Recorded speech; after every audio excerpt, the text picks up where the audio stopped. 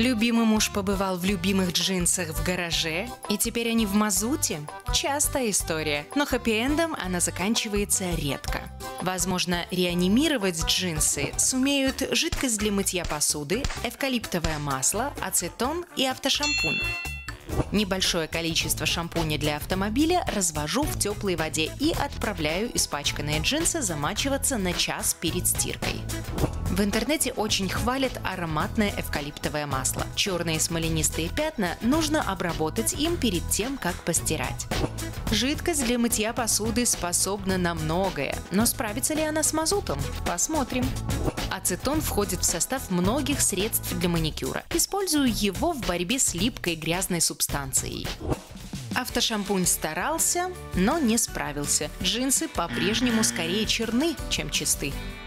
Масло эвкалипта – просто находка. Мазутные пятна растворились. Средство для посуды работает. Джинсы не в идеальной форме, но мазут отстирался на 90%. Ацетон провалил испытание. Пятна остались, а ткань под воздействием химии побледнела.